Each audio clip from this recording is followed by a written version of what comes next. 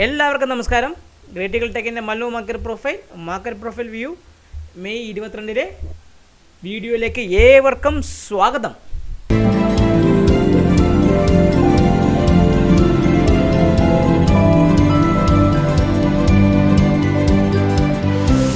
ഇന്നത്തെ മാർക്കറ്റ് എന്ത് മാർക്കറ്റ് നോക്കുക നിങ്ങൾ. വല്ലാത്തൊരു സ്പൈക്ക് വന്നു ബാങ്ക് നിഫ്റ്റിയിൽ.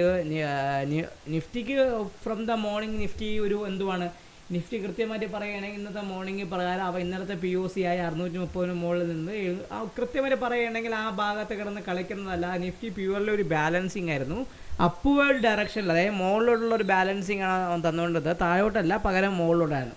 പക്ഷേ നമ്മുടെ ബാങ്ക് നിഫ്റ്റി നിങ്ങൾ നോക്കൂ, ഒറ്റയടിക്ക് ഇറങ്ങി തിരിച്ചിറങ്ങി എല്ലാം വന്ന് ഓൾമോസ്റ്റ് 47,606 വരെ വന്ന് 611 വരെ വന്ന് ഒറ്റയടിക്ക് തിരിച്ച് കയറി കളഞ്ഞു.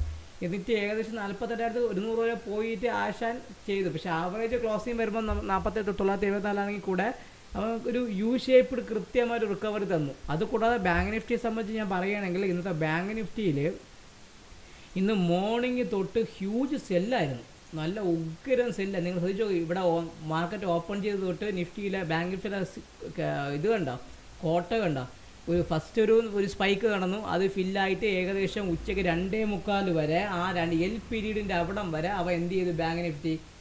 നമുക്ക് നിങ്ങൾ 2:45 വരെ ആശാൻ ഇവിടെ വരെ നിന്നിട്ട് ഒറ്റയടിക്ക് എൽ പീരീഡ് 3 മണിയായപ്പോൾ ഒരു സ്പൈക്ക് താഴേക്കും തന്നു. എന്നിട്ട് ഒറ്റയടിക്ക് തിരിച്ച് എന്ത് ചെയ്തു, ആ സ്പൈക്ക് മുകളിലോട്ടും കയറി.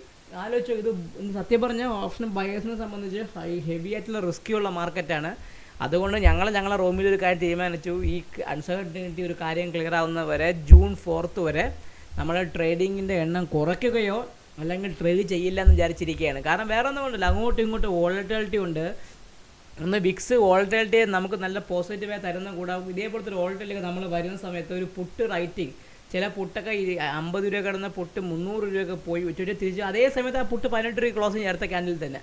നിങ്ങൾ ആലോചിച്ച് നോക്കുക, പല ഓപ്ഷൻ റൈറ്ററുടെ സ്റ്റോപ്പ് ലോസ് ഹിറ്റായി, ഓപ്ഷൻ ബയർ ആയാലും ഇപ്പോൾ മാർക്കറ്റ് അടിച്ചത് കണ്ട് ഓപ്ഷൻ പുട്ട് ഓപ്ഷൻ വാങ്ങിച്ചത് പകുതിയായി പോയിട്ടുണ്ട് വിത്തിൻ സെക്കൻഡ്സിൽ. അപ്പം അതുകൊണ്ട് നമുക്ക് ഈ പ്രത്യേകിച്ച് പറയുകയാണെങ്കിൽ ബാങ്ക് നിഫ്റ്റിയിൽ ഞാൻ നോക്കി പറയുകയാണെങ്കിൽ നമുക്ക് മാർക്കറ്റ് പ്രൊഫൈലിൻ്റെ വ്യൂ എടുക്കുന്ന സമയത്ത് നമുക്ക് ഡിസ്കസ് ചെയ്യാം. സോ എല്ലാവർക്കും ഒരിക്കൽ കൂടി മാർക്കറ്റ് പ്രൊഫൈലിൻ്റെ വീഡിയോയിലേക്ക് സ്വാഗതം. നമ്മളിപ്പോൾ മാർക്കറ്റിലെ നിഫ്റ്റിയുടെ മാർക്കറ്റ് പ്രൊഫൈൽ ചാർട്ടിലേക്ക് പോവുകയാണ്.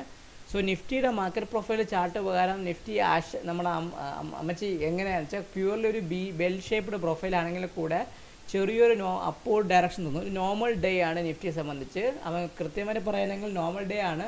അതുകൂടാതെ ഇന്നലത്തെ മാർക്കറ്റിൻ്റെ ആ ഭാഗത്ത് തന്നെ അവൻ നിൽക്കുകയാണ്. സോ ഞാൻ ഈ രണ്ട് പ്രൊഫൈലിനെയും കൂടെ മെർജ് ചെയ്ത സമയത്ത് നമുക്കൊരു ഇമ്പോർട്ടൻറ്റ് കാര്യം കിട്ടും. അതായത് നമ്മളെ പി ഒ സി വന്ന് 22,631 ഭാഗത്ത് തന്നെ ഇന്ന് പി ഒ സി ഫോം ചെയ്തു. അതിന് മുകളിൽ നിൽക്കുന്നിടത്തോളം കാലം 22,710 എന്ന് പറഞ്ഞ ഈ ലെവൽ തന്നെ വരും 705. അതിന് മുകളിൽ 784 അതിന് മുകളിൽ നമ്മുടെ 845 വരാനുള്ള 841 വരാനുള്ള ചാൻസ് വളരെ കൂടുതലാണ്. ഇനി താഴോട്ടാണെങ്കിൽ കൂടെ സെയിം വ്യത്യാസമൊന്നുമില്ല.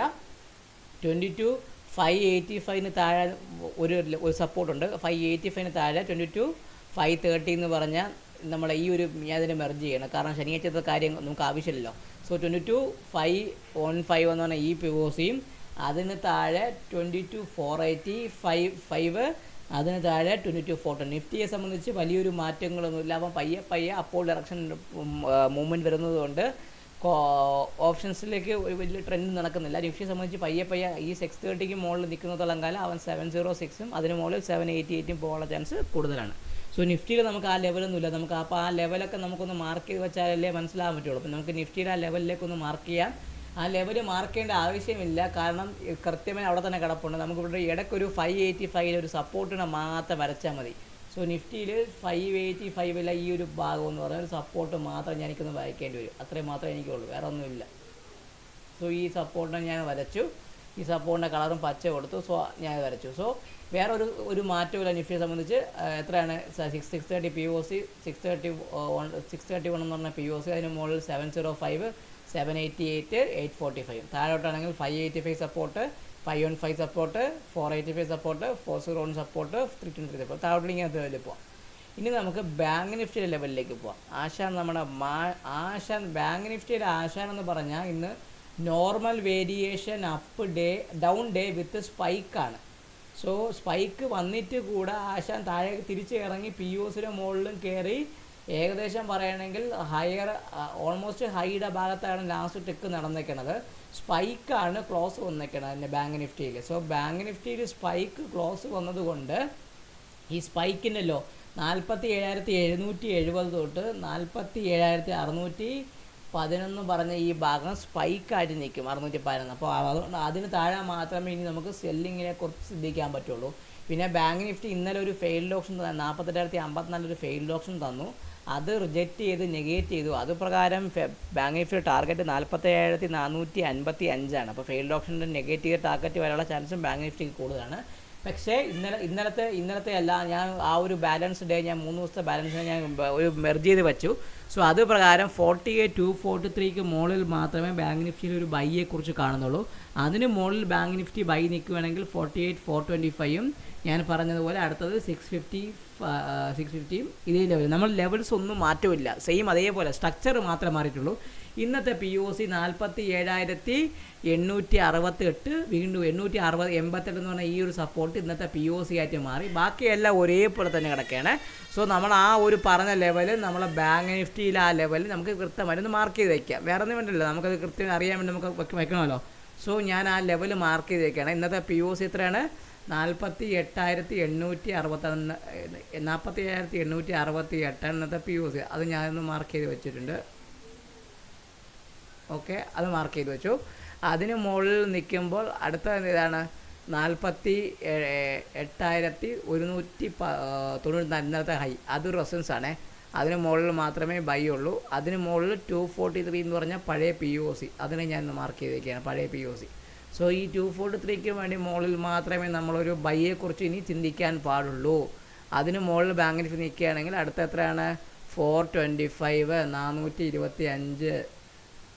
നമുക്ക് 425 അത് നമുക്ക് ഇമ്പോർട്ടൻ്റ് ആണ്.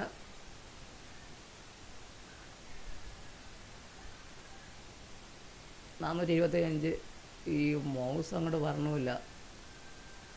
ഓക്കെ, 425 20 കിടന്ന കുഴപ്പമില്ല. ഇനി അതിന് മുകളിലാണെങ്കിൽ 650,